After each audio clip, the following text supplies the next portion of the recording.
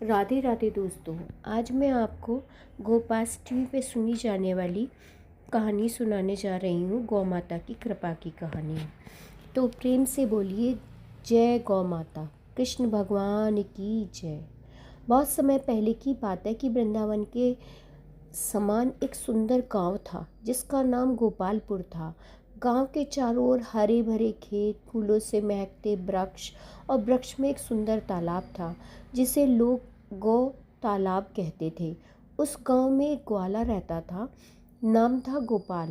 गोपाल बचपन से ही गांव को माँ के समान पूजता था। वह रोज़ सुबह सूर्योदय से पहले उठता, गांव को नहलाता, उन्हें रोटी देता, गुड़ और हरा चारा खिलाता, फिर जंगल के खुले मैदान में ले जाकर उन्हें चराया करता था।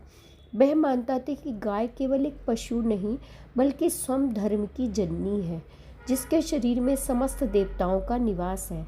गांव के सभी लोग गोपाल की निष्ठा से प्रभावित थे क्योंकि जहां गोपाल जाता था वहां सुख, शांति और आनंद फैल जाता था। एक बार कार्तिक माह की शुक्ल अष्टमी का दिन आया था। इट मीन्स गोपाष्टमी का। सुबह का समय था, हल्की ठंडी चल रही थी। गोपाल अपनी गांव को लेकर तालाब की ओर गया जिससे कि उन्हें स्नान करा सके।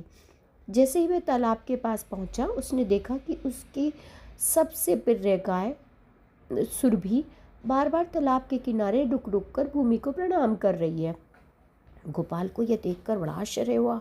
वह बोला, माँ, तुम बार बार भूमि को क्यों प्रणाम कर रही हो? लेकिन गाय शांत खड़ी रही। उसकी आंखों से जैसे भक्ति और करुणा झलक रही थी। गोपाल ने सोचा, यह कोई दिव्य संकेत है। वह उसी दिन व्रत के प्रभाव से तालाब के पास बैठकर ध्यान करने लगा। रात को जब वह विश्राम कर रहा था, उसे सपने में श्री कृष्ण भगवान स्वयं प्रकट हुए।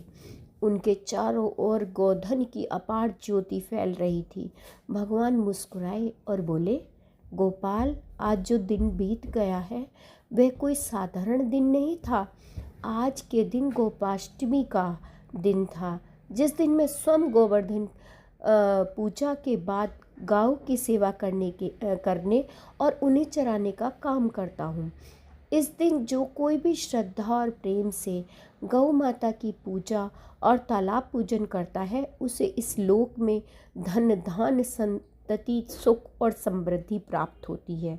जब वह इस शरीर को त्यागता है तब उसे वैकुंठ धाम की प्राप्ति होती है। गोपाल ने हाथ जोड़कर पूछा, प्रभु, कृपा करके बताइए कि इस दिन पूजा कैसे करनी चाहिए? भगवान बोले, सुबह स्नान करके सब वस्त्र धारण करो, गायों को स्नान कराओ, उनके सींगों पे तेल लगाओ, गले में फूलों की माला पहनाओ और माथे पर तिलक लगाओ। तालाब या नदी के किनारे दीप प्रज्वलित करो और गौ माता की जय का कीर्तन करो। पूजन के बाद उन्हें गुड़, रोटी और हरी घास खिलाओ। ऐसा करने से तुम्हारे जीवन से दरिद्रता और दुख दूर होंगे और तुम्हारा हृदय सदा आनंद से भरा रहेगा। यह कहकर भगवान श्री कृष्ण अंतर्ध्यान हो गए। गोपाल जब सुबह उठा तो उसका मन आनंद और भक्ति से भर गया था।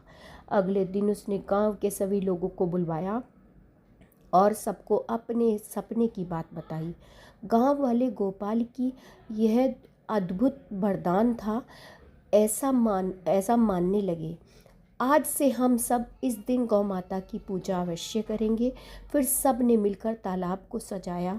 तालाब के चारों ओर दीपक रखे, गायों के माथे पर चंदन और हल्दी का तिलक लगाया, उनके गले में गेंदे की माला पहनाई। हर घर की औरतें आरती की थाली लेकर आईं। बच्चे गायों के फूल जो खुर है वो धो रहे थे और प्रसाद बांट रहे थे।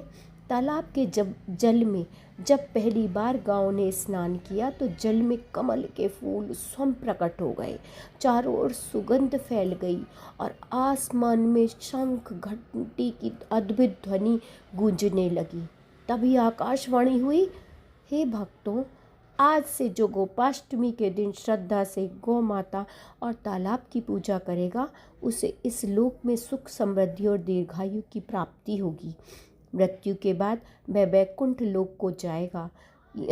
और शाश्वत आनंद, शांति और भगवान कृष्ण का सानिध्य प्राप्त होगा।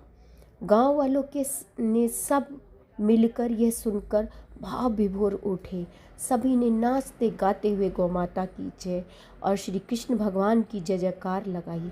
तब से हर वर्ष गोपाष्टमी के दिन गोपालपुर में गौ माता और तालाब का विशेष पूजन होता है।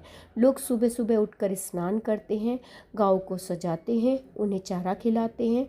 गृहस्थ लोग अपने घर के सामने दीपक जलाते हैं और कहते हैं, गौ माता आप ही हमारे घर की लक्ष्मी हैं। आपकी कृपा से ही अनाज, दूध और जीवन का पोषण होता है। इस दिन स्त्रियां विशेष रूप से गाय की परिक्रमा करती हैं और बाल गोपाल के लिए आरती गाती हैं। व्रत रखने वाले भक्त तालाब के जल में स्नान करते हैं, फूल, दीपक और दूध से गौ माता का अभिषेक करते हैं।